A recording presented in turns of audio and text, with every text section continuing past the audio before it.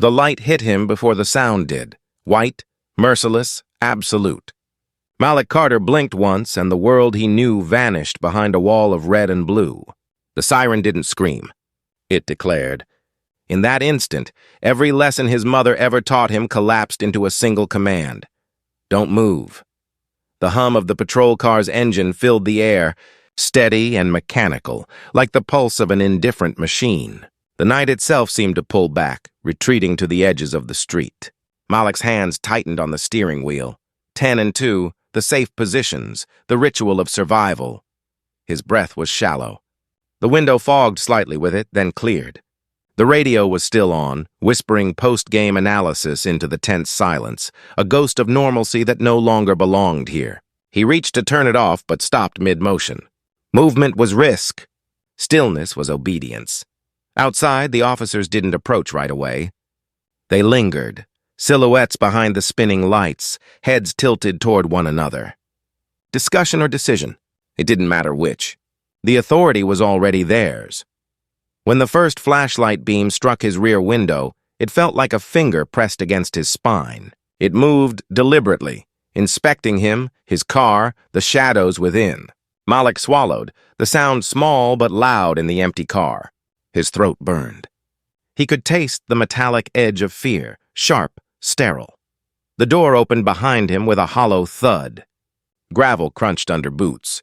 Then came the voice, casual but carved with command. Evening. License and registration. Malik nodded once, eyes fixed forward. Yes, sir. My wallet's in my back pocket. I'm going to reach for it. A pause. The flashlight wavered, then steadied. Go ahead. He moved slowly, each gesture deliberate. The wallet caught against the seat, leather scraping fabric. His fingers shook once, barely as before he handed it over. The beam of light followed every motion, bright and unblinking. The second officer came around the passenger side, another light joining the first. 2 cones of white now framed him, flattening his face, bleaching every feature. He could see their outlines more clearly now, dark uniforms, hands near holsters, eyes scanning without expression. Where you headed tonight? Home, Malik said. From basketball practice. Uh-huh. The voice held neither belief nor doubt, only evaluation. Mind stepping out of the vehicle for me? He hesitated. The question was phrased as a request, but there was no request in it. Did I do something wrong, sir? The first officer's mouth tightened. Step out, please, Malik obeyed. The night air was cooler than he expected, edged with the faint smell of tar and ozone. His sneakers met the asphalt softly, hands visible, shoulders low. The posture of compliance. The world had narrowed. A small patch of light, the hum of 2 engines, the weight of 2 gazes. Hands on the hood, one said. He complied. The metal was warm beneath his palms, still holding the heat of the drive. He felt the vibration of the idling engine beneath the surface, a reminder that something alive was still moving, even if he couldn't. Any weapons in the car? No, sir. Any drugs? No, sir. The search began anyway. The second officer leaned into the car, light sweeping through the interior, over the gym bag, the water bottle, the seatbelt buckle glinting like a small threat. Malik's reflection stared back at him from the side mirror, warped and colorless. His fingers pressed against the hood harder, grounding himself in the texture of the metal. His mind drifted, not away but deeper, into memory. His mother's voice, even and patient, saying, "Keep your tone low. Answer clearly. Never reach too fast. Never argue." He wanted to believe those rules were enough. The flashlight lingered on the dashboard, then on the back seat. The first officer stood close now, breath steady, posture easy but precise. Malik could see the edge of his badge, polished, catching the light with every turn of the patrol car's strobe. That gleam moved across Malik's eyes again and again like a signal pulsing without meaning. "Pop the trunk," the officer said. "There's—" Malik hesitated. "There's just some of my mom's work stuff in there." "What kind of work?" He stopped himself. The word sat on his tongue like a shield he wasn't sure he was allowed to raise. "Government," he said instead. The officer smirked faintly. "Right." The trunk latch clicked open. The smell of fabric and old paper rose up. A flashlight beam moved through the contents, File boxes, winter coats, a folded umbrella. Nothing.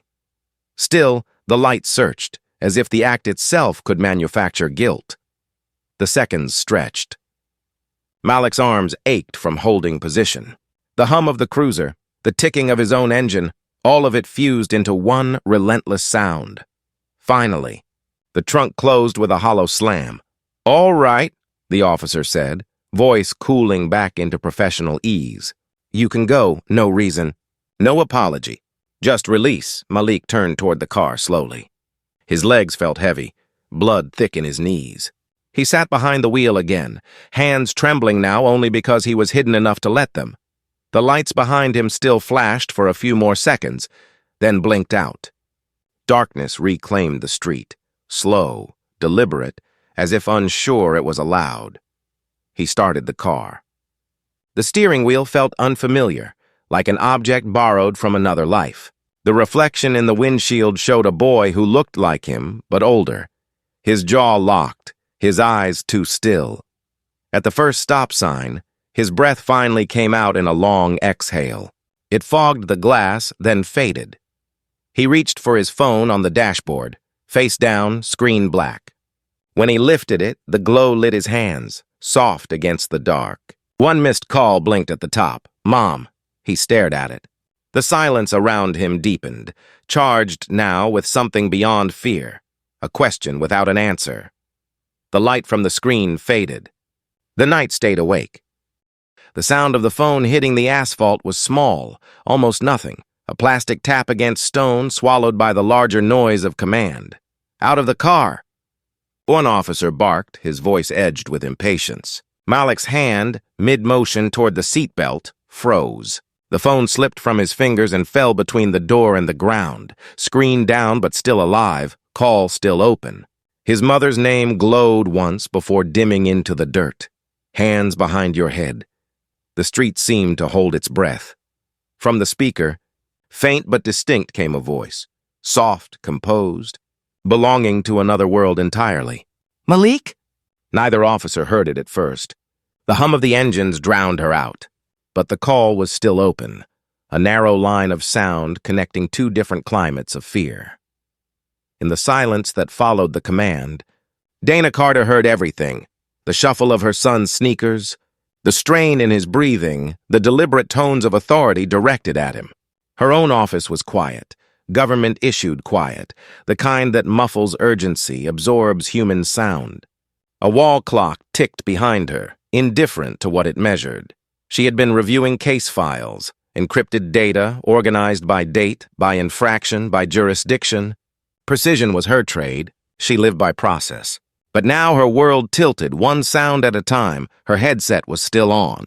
The phone on her desk buzzed, vibrating in perfect rhythm with the ticking clock. She recognized the sound of his car door, then the tremor in his voice. "Ma'am?" I said, "Step back." Came a distant voice through the line. Not his. Authority. Dana's spine straightened. Her fingers found her badge without looking. It was cold to the touch, yet not heavy, but absolute. She slid it into her jacket pocket and stood. The room's lights were sterile white. Her reflection in the dark window was all angles, composed, restrained. She didn't run. She moved. Fast, silent, methodical. Her colleagues watched as she passed. They knew the look. The kind that precedes orders, not requests. Someone called after her, "Agent Carter?" But she didn't answer. In the parking garage, the air was colder. Her car's lights blinked alive, echoing the same color palette she imagined now on the street with her son. Red, blue, white. Flashing judgment. She drove without music, without thought. The government sedan cut through the city with mechanical certainty. Her badge on the passenger seat shifted with each turn, glinting faintly beneath the passing lights. Back on the roadside, Malik's body tensed against the rough guidance of authority. Hands still visible, knees locked. The flashlight's glare trembled across his face, not with uncertainty, but with the adrenaline of power. The officer's radio crackled. Malik could hear the static, could feel its presence like heat. His phone lay beside his speaker faintly glowing, his mother's voice now a whisper under the noise. "Malik," she said again, firmer now. "Can you hear me?" He didn't dare look down. The officer reached toward his shoulder, spun him slightly. "Look at me when I'm talking to you." "Yes, sir," Malik said. The words felt like the only thing keeping him upright. The beam from the flashlight caught the edge of the phone again. The officer glanced down. A voice, a woman's, was audible for a second, muffled by static. "What's that?" "My phone," Malik said quietly. The officer kicked it aside with his boot, almost reflexively.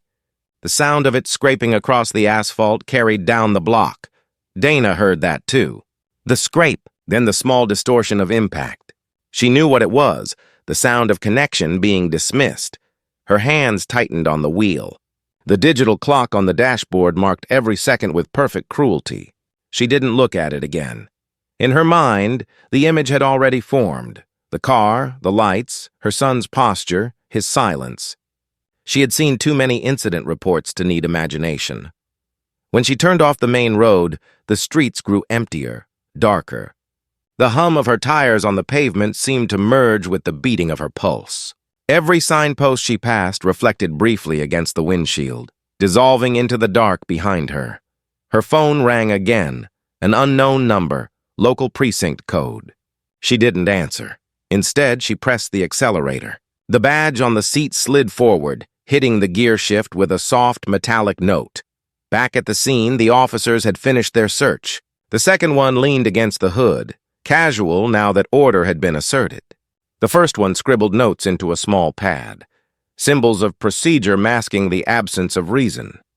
Malik stood beside his car, shoulders tight, eyes on the ground. The phone, 10 feet away, still glowed faintly. Through its speaker came a sound not meant for them. The steady rhythm of a woman's breath, contained but resolute. In the car, Dana spoke softly to no one and to him. "Hold still, baby. Just hold still." The city lights thinned as she crossed into the outer district. Her reflection in the windshield shifted with every passing street lamp, fragments of a face disciplined into calm. Inside the federal car, silence pressed close, carrying the faint echo of the clock still ticking in her office miles away. Bureaucracy kept its own time. It didn't pause for fear. She turned onto the long road leading toward her neighborhood. The world outside was colorless except for the distant shimmer of police lights against the horizon. The sight hit her with mechanical certainty, confirmation, not surprise. Her foot eased off the gas. She straightened her jacket.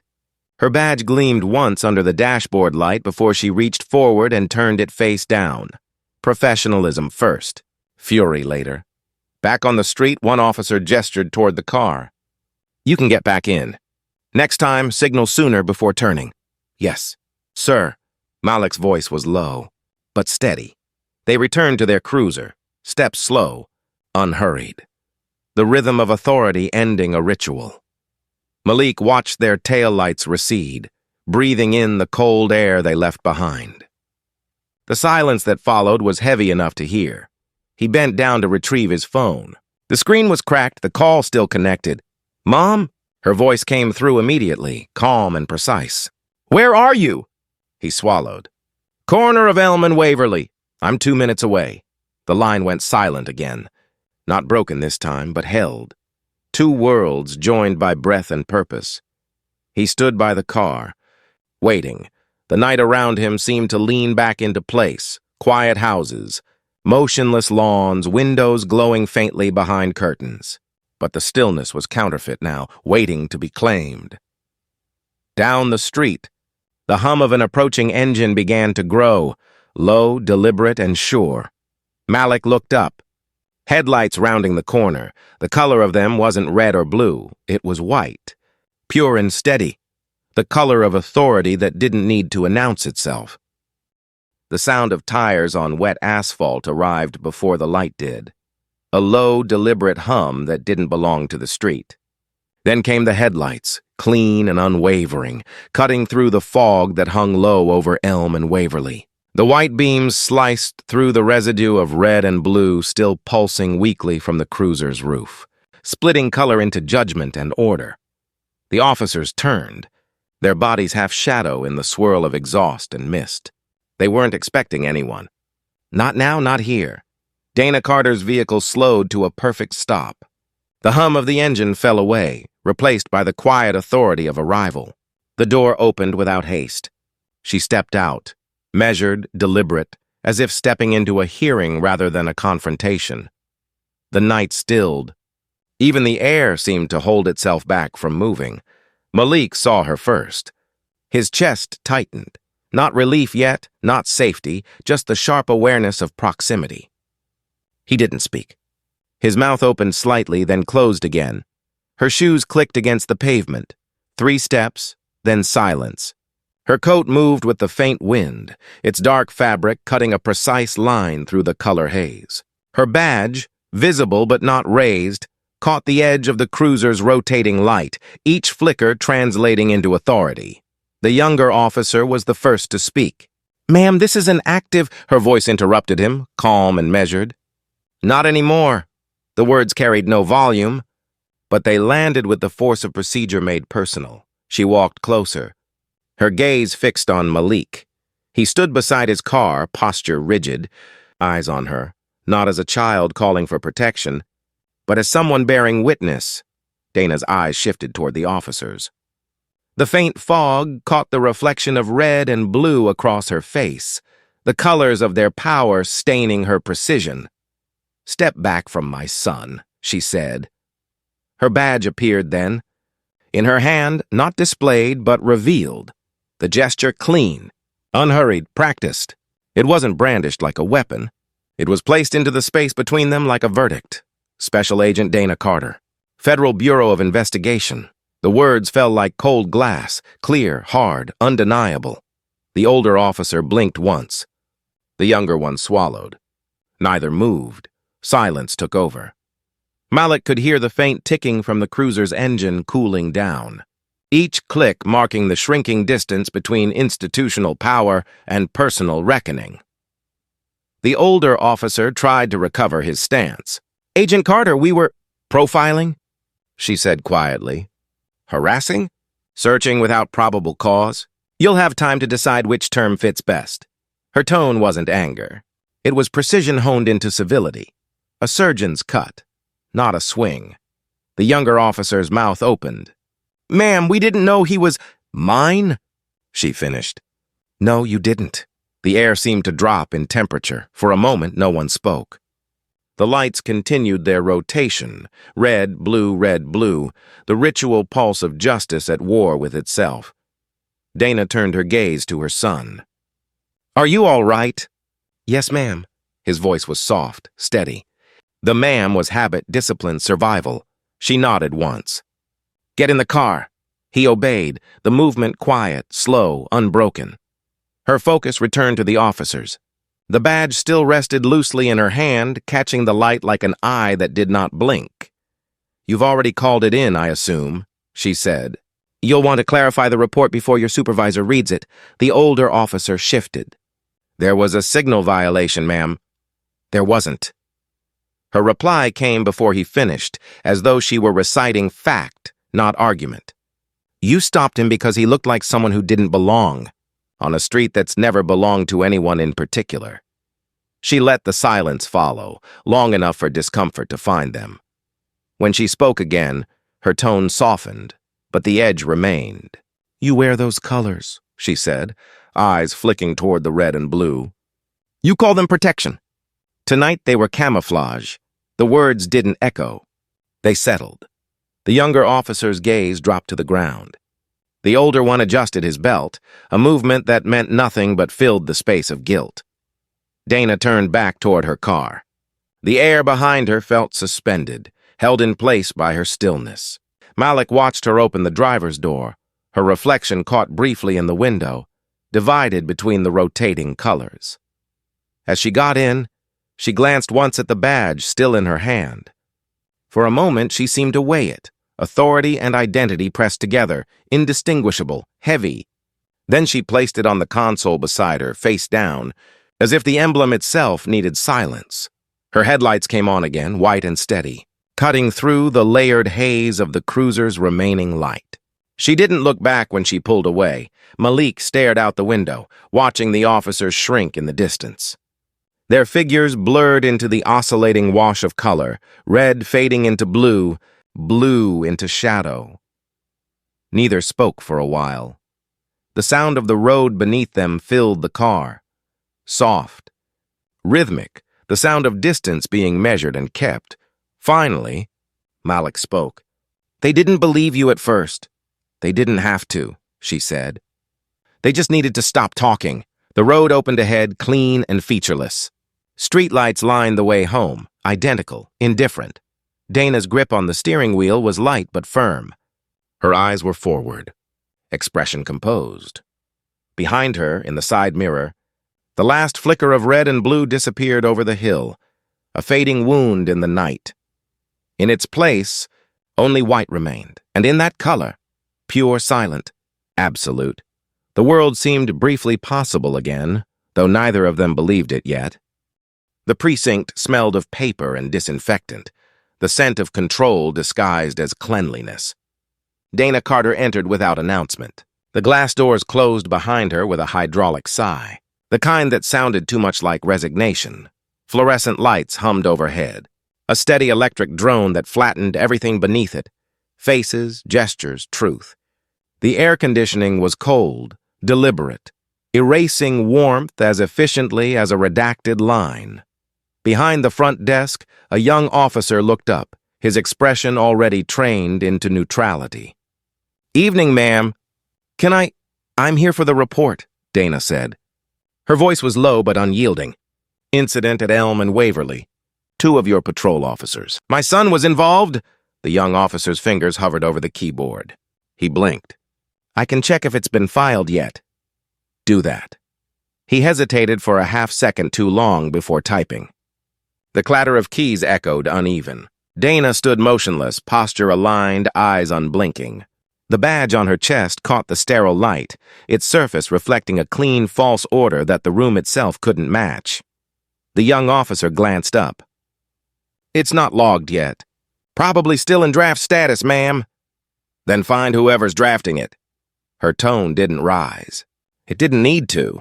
It carried the authority of someone who'd memorized the system's pressure points and knew exactly where to apply them. He swallowed, nodded, and disappeared through a hallway lined with bulletin boards, old memos curling at the corners, duty rosters yellowing under light that never turned off. Dana waited. The station was awake in its own mechanical way. Printers murmuring, chairs squeaking, the soft percussion of shoes across linoleum. Every sound existed within the same tonal range, efficient, detached, obedient. A wall clock ticked overhead, louder than it should have been, each second falling like a bureaucratic stamp. Received, processed, filed, forgotten. She stood beneath it and listened to the rhythm until the officer returned, this time with the sergeant, a broad man whose uniform carried the smell of coffee and the comfort of routine. "Agent Carter," he said, reading her badge before her face. "I understand there's been an incident." "There's been a violation," she corrected. "2 of your officers conducted an unlawful stop.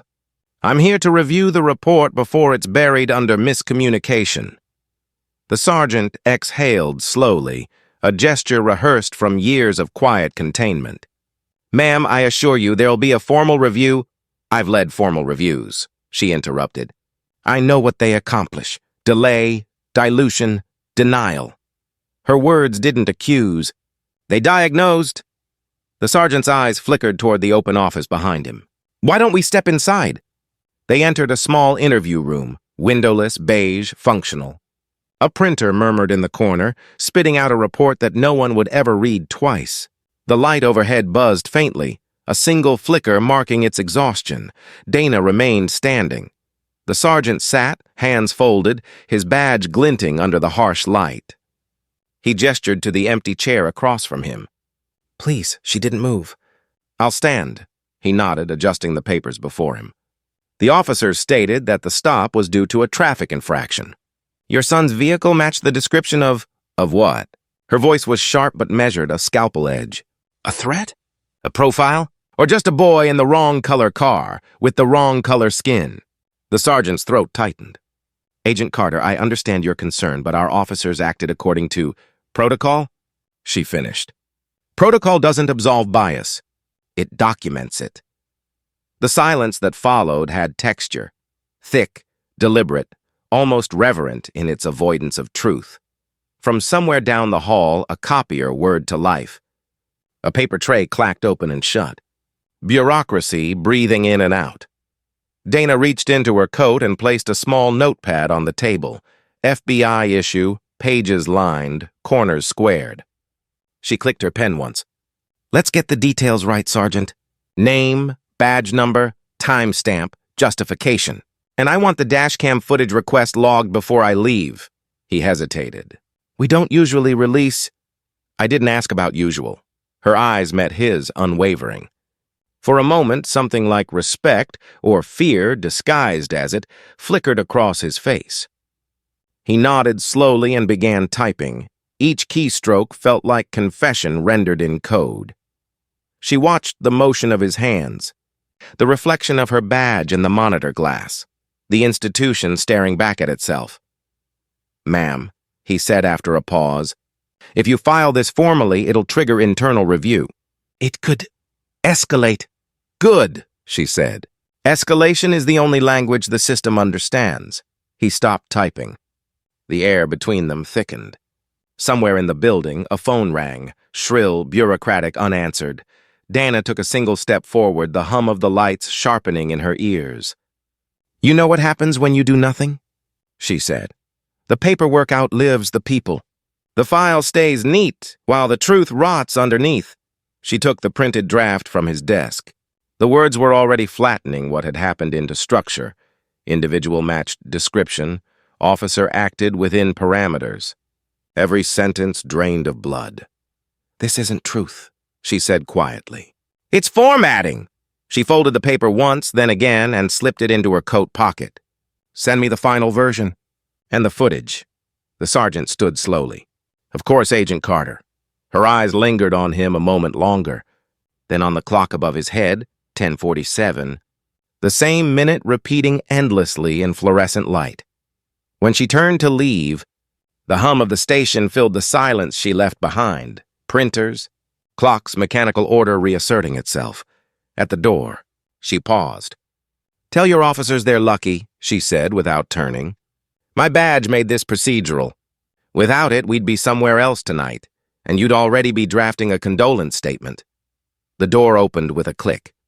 The sound of her heels faded into the corridor, each step deliberate, echoing against tile and metal and fluorescent hum. Behind her, the system resumed its rhythm, efficient, indifferent, endless, and in that steady hum, truth lay buried again, under layers of procedure thick enough to muffle even outrage. Only the badge on her chest caught the light as she stepped into the night, its reflection the last unbroken thing in a world built on fragments. The inquiry room was colder than the rest of the building, not by temperature, but by intent. Everything inside it gleamed unnaturally. The chrome edges of the table, the mirrored finish on the wall, the muted gray floor that swallowed the sound of footsteps. Cleanliness here wasn't comfort. It was denial, sterilization mistaken for order. Dana Carter sat in the center of it, posture straight, eyes fixed on the reflection of the overhead light trembling in the table's surface. Across from her, two internal affairs investigators arranged their papers with the precision of men preparing a ritual. Their movements were slow, deliberate, bureaucratic. A small red light blinked on at the edge of the table, the recording device. It pulsed with indifferent regularity, a mechanical heartbeat that would remember everything and understand nothing. Agent Carter, one of them began, voice measured. Thank you for coming in on short notice. She nodded once. You didn't give me much of a choice. The other investigator smiled thinly, a gesture meant to appear collegial. We're just trying to get a clear record of the event. You understand. I understand, she said, that the record is already being shaped. He ignored that. We'll begin with your son's behavior during the stop. Did he? Her eyes lifted from the table, steady. My son's behavior? Yes, he said, adjusting his pen. For context, Agent Carter, did he respond appropriately to commands? Did he appear agitated, resistant? No, she said flatly. He appeared 17. He appeared terrified. The investigator hesitated, pen hovering. I see. No, she repeated. You don't. Silence spread, dense and deliberate. The red light blinked, unfeeling. The second investigator, older with a faint sheen of authority built on years of procedural comfort, leaned forward. Agent Carter, these questions are standard. We need to establish a full account. Full, she said, the word tasting hollow. You mean convenient? The older man's gaze flicked toward the mirrored wall, then back. We're simply determining whether protocol was followed. And when it isn't, she said quietly, you write another protocol to fit the failure. Neither man replied. The hum of the air vent filled the room, low, constant, as though the building itself wanted to drown out moral clarity. Dana folded her hands in her lap. Her composure wasn't calmness. It was control. Every muscle obeyed, every breath measured. Inside, anger moved like current, cold, disciplined, efficient. She looked at the empty chair to her left. It had been set out deliberately, symmetrical to hers, untouched. No one would sit in it. No one ever did. It stood as symbol and warning both. The absence where accountability should be. The younger investigator cleared his throat. We've reviewed the initial statements from the officers. They claim your son matched a suspect's description from an earlier bulletin. Dana tilted her head slightly. And did you verify that description? He shuffled his papers. We're still reviewing. Of course you are, she said. The older investigator leaned back, the chair's metal frame creaking. Agent Carter, may I speak candidly? By all means. You've had an exemplary record with the Bureau. You've worked cases that would break most agents. But this situation, he paused, selecting his words like weapons, places you in a delicate position. Personal involvement complicates objectivity. Dana's gaze didn't move. Objectivity is easy when your child isn't the one on the ground. The man blinked, his jaw tightening. We're not questioning your integrity. Only my restraint, she said. The red light blinked again. In the mirrored wall, she saw herself reflected, not as one of them, not anymore, but as a distortion in their order. The badge on her chest gleamed in the reflection, split by the dividing line of light, half shadow, half glare. The younger investigator shifted uneasily. Agent Carter, we're simply trying to determine— You're trying to contain, she said, cutting through him without volume. To reframe this as deviation instead of pattern. To turn two men's misconduct into my son's misbehavior. You're protecting the organism, not the oath. The words hung in the sterile air like static. The older investigator looked down at his notes. Are you refusing to answer questions? I'm refusing to assist in sanitizing them. The silence after that was longer, heavier. The fluorescent light flickered once, a brief tremor in the system, before resettling into its steady hum. Dana stared again at the empty chair beside her. In its reflection, the seat appeared full, as if justice itself had been ghosted into the image. But the real chair remained empty, a perfect illusion of balance. The red light blinked on, off, on. The older investigator sighed. We'll note your reluctance. Note this instead, she said, her tone even. A 17-year-old boy was stopped without cause. 2 officers escalated without provocation. And when I arrived, as a federal agent, I was met with silence, not apology. That's the record. The man's pen stopped moving. Dana stood. If you have further questions, put them in writing. You seem to like paper. The chair leg scraped softly as she pushed back. She picked up her badge from the table. It had rested there throughout, a silent witness. For a moment, she studied its reflection in the mirrored surface, distorted, stretched, fractured. Authority had shape here, but no substance. She turned toward the door. The red light continued blinking behind her, steady, indifferent, recording every second without judgment. As she reached the threshold, the younger investigator called out, Agent Carter, This inquiry isn't over, she paused. Neither is mine. Then she left. In the silence that followed, the machine kept running, lights humming, air circulating, the red light blinking like conscience reduced to circuitry. The empty chair remained, emblem of absence, monument to what should have been presence. Its reflection in the table's surface shimmered faintly, as if mocking the illusion of justice.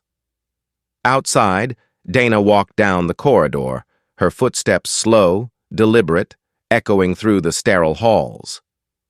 Every sound she made felt like defiance, the rhythm of one heartbeat refusing to sync with the institution's mechanical pulse. Her silence wasn't surrender. It was judgment. And as she reached the glass doors leading out, the fluorescent light caught her badge once more, bright, unwavering, alive, before she stepped back into the uncertain dark beyond the system's walls. The podium gleamed under artificial light, its wood polished to a veneer of authority. Cameras pointed from every angle, lenses hungry for the smallest fracture. Microphones jutted forward like metallic fingers, recording, amplifying, consuming. Dana Carter stood to the side, her son Malik beside her. Both were still, statues of composure in a room designed to demand reaction. The press conference had been called with careful timing, the department's statement already released online, each word curated to suggest diligence while avoiding culpability. Reporters murmured and shifted, the low buzz of anticipation filling the room. Flashbulbs went off sporadically, a staccato rhythm that reflected no truth, only spectacle. A reporter stepped forward, voice rising above the hum. "Agent Carter, do you believe the officers acted appropriately?" Dana's gaze remained steady. Her eyes did not flicker. She inhaled lightly, then exhaled. No words. Silence. A weapon she had learned to wield long before the cameras existed. Another journalist pressed. "Do you think this is part of a larger pattern?" Still no reply. The pause stretched, waited. Each tick of the clock visible through the press room windows marked the department's careful choreography. The silence of one person in authority made the others stumble, rearrange themselves, adjust the angle of their questions. Malik's posture mirrored his mother's, hands folded lightly in front of him, shoulders relaxed but alert, eyes scanning the room without fear.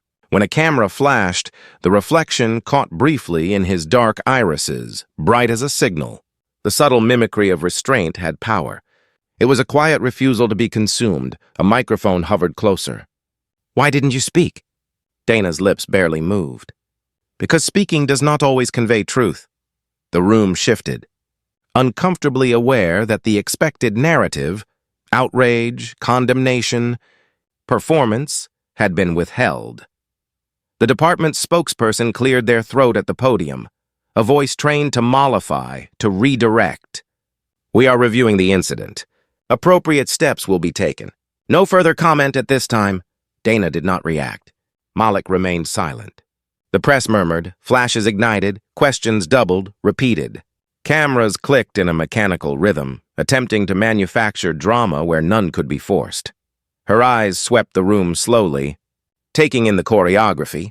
The journalists clipped notepads, the teleprompters blinking, the reflection of the fluorescent ceiling lights in polished lenses. Each detail affirmed the system's preference, optics over substance. A reporter attempted another question, voice rising with performative indignation. "Isn't it true that your son's actions provoked the officers?" Dana's gaze met Malik's. One shared blink, subtle but potent, a mutual recognition of the truth invisible to the cameras. Her reply was low, precise. "No," the word cut through the room. Not loud, not defensive, but absolute. Every camera, every microphone, every lens registered it. Silence followed, heavier than the words themselves. A cluster of flashes went off simultaneously. Malik's eyes never wavered. The reporters expected agitation. The system expected fear. Instead, they saw dignity, an unspoken indictment. The spokesperson tried again, voice tight. "Agent Carter, as a federal agent, do you have evidence?" Dana's silence answered instead. It was a full sentence in itself. Each pause she held was filled with authority, a counterweight to the carefully worded evasion offered by the department. The narrative stretched outward. The city beyond the press room windows waited, screens lighting faces across homes and cafes. Conversations would start, posts would circulate. Public opinion, the machinery of perception, churned endlessly.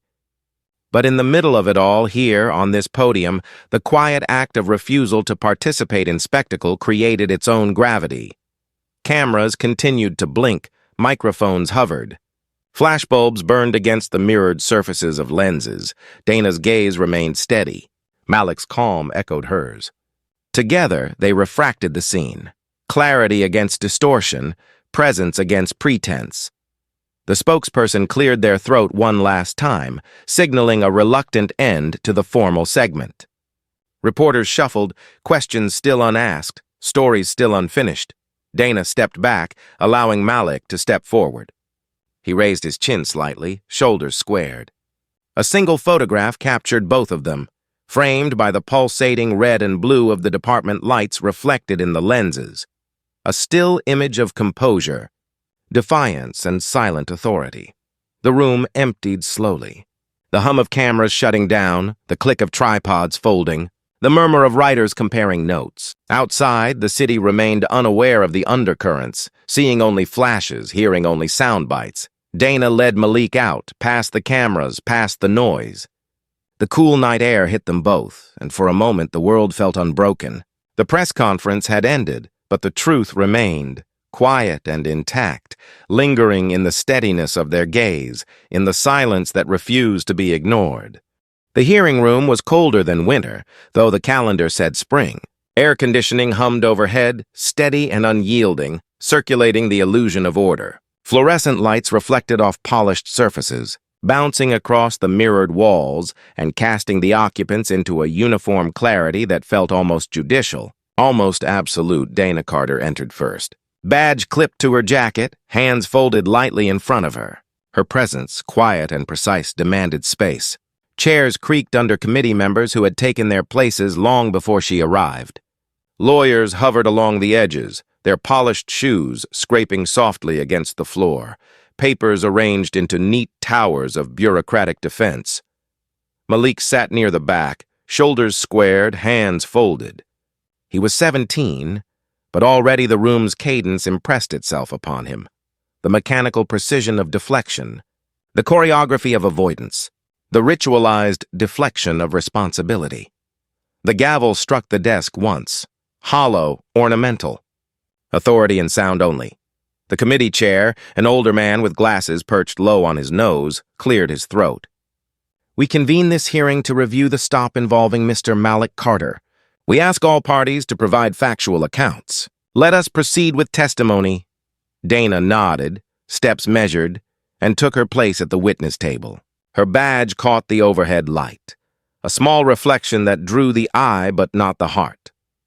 Please state your name and position for the record, the chair intoned. Special Agent Dana Carter, Federal Bureau of Investigation. Her voice was even, restrained, stripped of flourish. But in every syllable was certainty, weight, moral gravity. The questions began. Polished, careful, intended to tease, to prod, to expose nuance without ever landing on culpability. Agent Carter, can you recount the sequence of events that evening? Yes, she said. A stop was initiated by officers of this department against my son. He complied fully with all commands. He remained visible, hands open. He followed every instruction without delay or argument. The chair adjusted his papers. Were there any extenuating circumstances? Did Mr. Carter's behavior contribute to the escalation? No, she replied. Pause, every word deliberate, weighed. The escalation was unnecessary, unjustified, and rooted in perception rather than fact. The lawyers began to shuffle their papers, a soft, continuous rustle that filled the sterile room. Noise masquerading as procedure. Agent Carter, one began, tone practiced. Are you suggesting misconduct on the part of the officers? Dana's eyes did not waver. I am stating facts. The officers failed to adhere to protocol in ways that endangered a minor. That is misconduct. Silence spread, thick and tense, a presence heavier than any spoken objection. The gavel remained inert, resting like an emblem of authority without enforcement. The committee chair leaned forward. "And what precisely do you expect as remedy?" Dana tilted her head slightly, maintaining composure.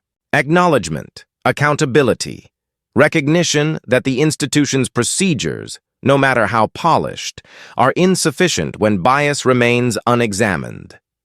A lawyer shifted, voice calm, rehearsed. "Agent Carter, your son was involved in the incident.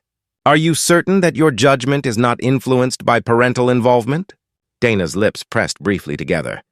Then she met his gaze directly. "Objectivity is irrelevant when lives are threatened. My testimony is not about my son. It is about what occurred. You may attempt to frame it otherwise, but the truth is not malleable." Malik's attention never left her. Every pause, every measured phrase, was a lesson. A demonstration of how authority could be confronted without yielding to its theater. The red recording light blinked at the corner of the table, silent, impartial. It registered sound without judgment, just as the walls registered every footstep and murmur. Dana knew the cameras and microphones in the room would condense this into fragments, snapshots, quotable lines, yet her presence remained absolute, unbroken. The chair of the committee scribbled something, papers shifting beneath his hands. Rustle, shuffle, a mechanical insistence on procedure over essence. Dana watched, noting every motion. Noise masquerading as diligence. A final question came, soft but deliberate. "Do you believe systemic change is required?" Dana's voice was steady. "Yes. Change that addresses not only the procedural form but the moral substance of enforcement. Without it, the pattern will continue, tonight, tomorrow, and indefinitely." Another long silence followed. The gavel remained untouched. Authority, once again, ceremonial rather than effective. Dana rose. Every movement deliberate, controlled. Her badge caught the light briefly, glinting in the mirrored table surface like a shard of uncompromising truth. She collected her notes and stepped back, leaving the chair empty beside her. An absence that carried more weight than any signature or stamped order. Malik rose as well. Behind the witness table, the room seemed smaller, claustrophobic under the hum of fluorescent lights. Yet Dana's presence had carved space into it, moral space, unclaimed by protocol or habit. They left together. Outside the hearing room, the air was warmer, less clinical. The hallway stretched ahead, endless in its beige neutrality. Papers shuffled in offices behind closed doors, voices receding into bureaucratic haze. Malik walked beside his mother, shoulders squared. "They were trying to twist it," he said softly. "They always do," Dana replied. Her eyes didn't falter, even as she allowed a brief glance toward the mirrored table behind them. Its reflection caught fragments of their departure, splitting and stretching the image, but it could not distort the truth they carried. The hallway lights hummed above, indifferent, but they had learned something. That day, in that room, about presence, about authority, and about the power of unflinching eyes. Outside, the city waited, unaware of the anatomy of denial within its institutions. The gavel, the papers, the blinking red light, all remained. But for Dana and Malik, the lesson was clear. Truth required constancy, silence could wield power, and integrity was forged in the spaces bureaucracy tried to ignore. Weeks had passed. Headlines had faded, buried beneath the next outrage, the next distraction. The city, indifferent, continued its slow rotation of lights and shadows, its streets humming with the rhythm of ordinary life. Dana and Malik walked side by side, the space between them deliberate, unspoken. The evening was soft, the sun low, casting long rectangles of amber light across cracked sidewalks. Streetlights flickered to life as dusk pressed against the edges of the neighborhood. Malik's hands were visible, fingers brushing lightly against the seams of his jacket pockets. He had carried the memory of that night with him like a second skin. The glare of flashlights, the cold steel of authority, the tremor in his own voice when it mattered least. His steps were measured, deliberate, echoing the lessons of restraint his mother had taught. The hum of distant traffic rose and fell, steady as the pulse of a city that had never learned to pause. Even the sound of a passing bus blended into the background, a reminder that life went on, indifferent to fear, indifferent to survival. Dana walked beside him, silent. Her badge no longer displayed, yet its weight lingered in her posture, in the careful carriage of her shoulders. Silence had become her shield and her scar, a method of defense and a record of memory. The neighborhood houses were quiet. Porches glowed faintly with yellow light, lamps casting warm circles onto steps and lawns. One light in particular shone steadily at the Carter home, a beacon of continuity, of vigilance, and of small hope. The porch light marked the end of the journey, a quiet sanctuary against the recurring pattern outside. The lights that had once judged, the hands that had been scrutinized, the silences that had spoken more than words ever could. Malik glanced briefly at his mother. She didn't meet his eyes, but her presence spoke. You endured, you survived, you observed. The restraint had not been weakness. It had been armor. The rhythm of their footsteps echoed against the curb. Dana's shadow stretched beside him, merging with his own. The repetition of movement, forward, steady, contained, mirrored the repetition of those nights in blue and red. The stops, the questions, the formalities that had sought to dilute truth. They reached the porch. Malik's hand brushed against the railing, warm under his palm. He inhaled deeply, the air carrying the faint scent of evening grass, of asphalt cooling, of continuity. His fingers gripped briefly, steadying himself, grounding his presence. Dana flicked the porch light switch, the bulb glowing reliably. It was neither heroic nor dramatic. It simply was. But in its persistence lay meaning, vigilance, presence, recognition that the night could end, but the memory and the lessons endured. Malik's gaze traveled upward. The sky, bruised with the remnants of daylight, stretched endlessly above. He saw the pattern repeated in every streetlight, every flickering neon, every car reflecting red and blue in its rear view. A small, constant echo of authority, scrutiny, and fear. His mother stepped behind him, her hand brushing his lightly, not holding, not guiding, just present. A gesture of shared endurance, of muted reassurance. He felt the weight of the moment. The night could be survived, but it would always leave a mark. They paused on the porch. The door waited. Their home waited. Beyond it, the city continued, humming, alive, unchanging. Malik lifted his hands once more, flexing fingers against the cool metal of the railing. The repetition of gesture had become a language, steady, visible, deliberate. Life continuing under scrutiny, dignity maintained under pressure. Dana's gaze swept the street one last time before entering, unflinching. The lights, the sounds, the patterns, all present, all unchanged.